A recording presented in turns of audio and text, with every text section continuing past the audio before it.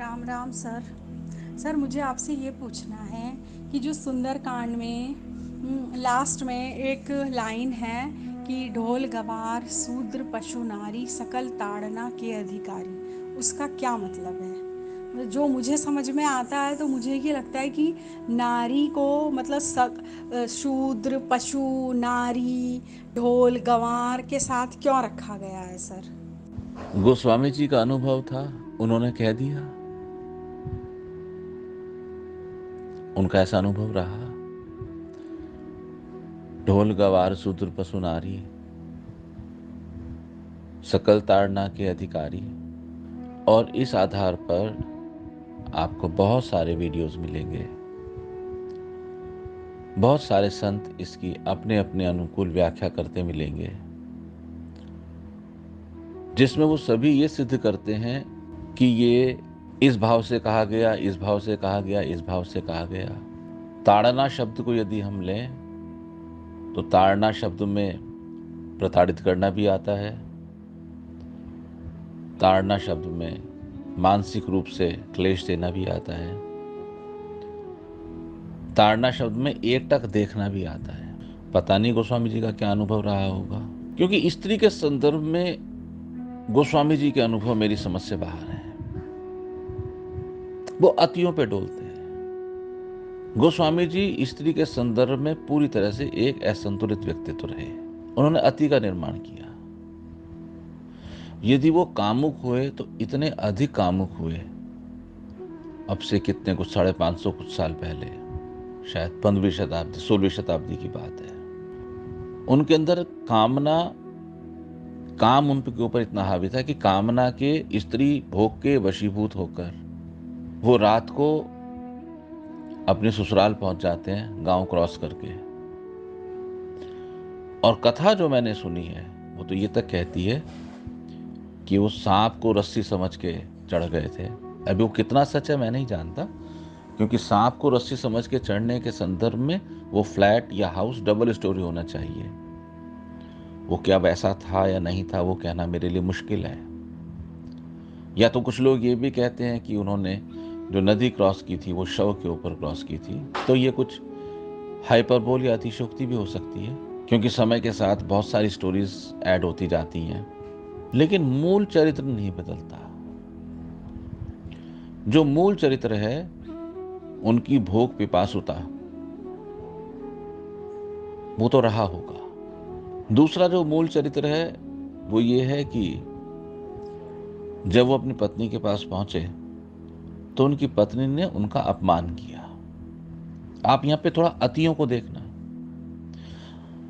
आप मेरी बात को समझने में चूक कर दोगे जब आप मानस को जकड़ के पकड़ लोगे, क्योंकि मानस में तो बहुत सारे ऐसे उदाहरण भी हैं जो ग्रहण करने योग्य हैं, जिनको समझ लेना चाहिए, जिनको जीवन में आत्मसात कर लेना चाहिए,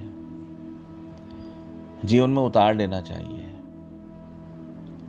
लेकिन बुद्धि सिर्फ और सिर्फ उसी जगह पर केंद्रित होती है जहां विवाद होते हैं। संवाद पे नहीं, विवाद पर। मानस की हजारों चौपाइयां, सैकड़ों दोहे, लेकिन जो सबसे ज्यादा प्रतिष्ठा जिस चौपाई ने पाई वो यही है, ढोल गवार शूद्र पशु नारी सकल ताड़ना के अधिकारी। किसी ने किसी और चौपाई पे फोकस ही नहीं किया, क्योंकि वहां पर विवाद की गुंजाइश नहीं है। तो सबसे पहले हमें अपने मन बुद्धि को देखना चाहिए कि वो किस ओर आकृष्ट हो रहा है। वो जिस ओर आकृष्ट होगा, हमारा मानस उसी तल से काम कर रहा है। ये बड़ा सर्वश्रेष्ठ समय है अपने को देख लेने का और चेक कर लेने का। अति की ओर आकृष्ट हुआ मानस गोस्वामी जी का, और वो पागलों की तरह, कामुक व्यक्ति की तरह स्त्री के पीछे भाग गए। यद्यपि वो उनकी अपनी स्त्री थी, लेकिन फिर भी कुछ मर्यादाएं हैं समाज की, भूल गए।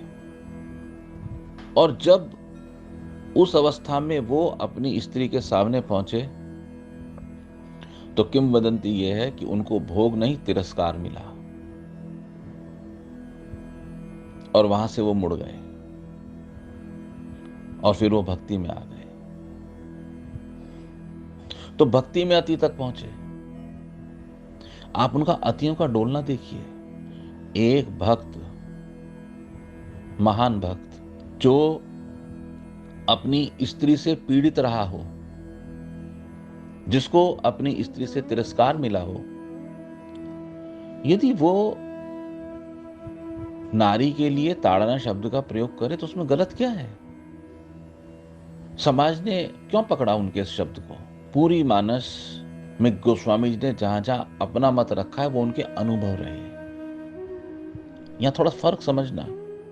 वाल्मीकि रामायण वाल्मीकि जी का अनुभव नहीं है, लेकिन मानस वाल्मीकि जी की रामायण का अनुभव और प्लस गोस्वामी जी के अपने अनुभव का संगम है। उनका अनुभव रहा और लिख के चले गए। उसमें किसी को क्या परेशानी हो सकती है? आपकी इच्छा करे आप स्वीकार करो, आपकी इच्छा करे आप उसको अस्वीकार करके आगे बढ़ जाओ।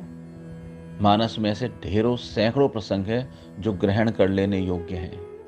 हम इसको दोनों तल पे जान सकते हैं, क्योंकि उनको स्त्री के साथ भोग का अवसर नहीं मिला और अपमान मिला, तो वो रख सकते हैं ढोल गवार शूद्र के श्रेणी में। लेकिन ठीक इसी समय गोस्वामी जी ये भी कह सकते हैं कि इनके मन की बात को ताड़ लो, मेरे से मिस्टेक हुई, मैं अपने पत्नी की मन की बात को ताड़ नहीं सका। लेकिन जहां तक इस तरह के एक्सप्लेनेशंस का सवाल है, ये सिर्फ हम अंदाज अनुमान लगा सकते हैं अपनी सोच से, या तो हम धर्म के आधार पर उसको जस्टिफाई कर सकते हैं अपने बहुत सारे बुद्धि के तर्कों से। लेकिन मैं कहता हूं तर्क में उलझना क्यों? गोस्वामी जी का अपना अनुभव था। आपकी इच्छा है आप उस अनुभव को स्वीकार करें अथवा तो आप अस्वीकार करें, उसको देख के आगे बढ़ जाओ। कोशिश करो, यदि आप मानस पढ़ते हो तो कोशिश करो कि उसके सूत्र अपने जीवन में उतार सको। यदि ये प्रश्न आपने समाज के सुने सुनाए प्रश्नों के तल से उठाया है तो ऐसा उचित नहीं है, ये अनुचित है।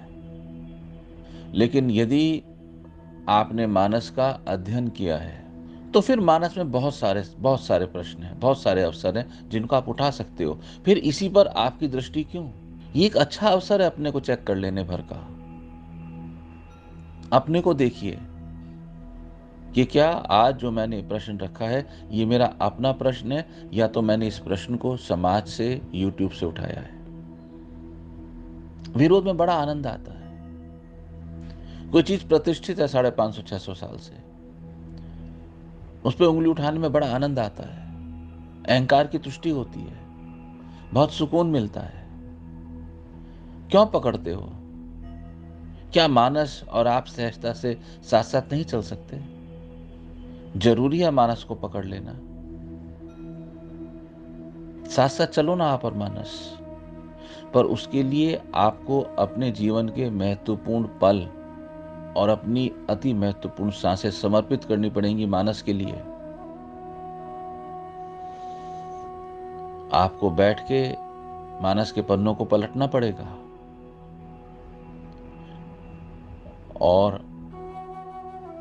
अवधि के रूप में दोहा, चौपाई और छंदों को, गायन को मैं स्वीकार नहीं करता।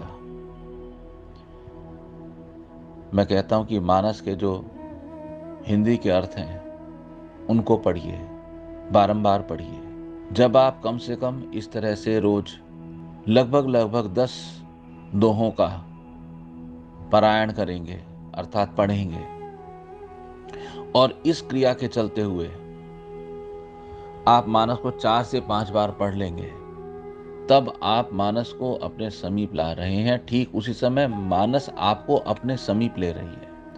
तब जो प्रश्न उपजेंगे वो प्रश्न आपके हैं। और जब प्रश्न आपके होंगे तो उसके उत्तर में जो फल मिलेंगे वो आपको स्वीकार्य होंगे। यदि आप मानस से संबंधित भावों को समझना चाहते हैं तो कृपया मानस का पारायण करें।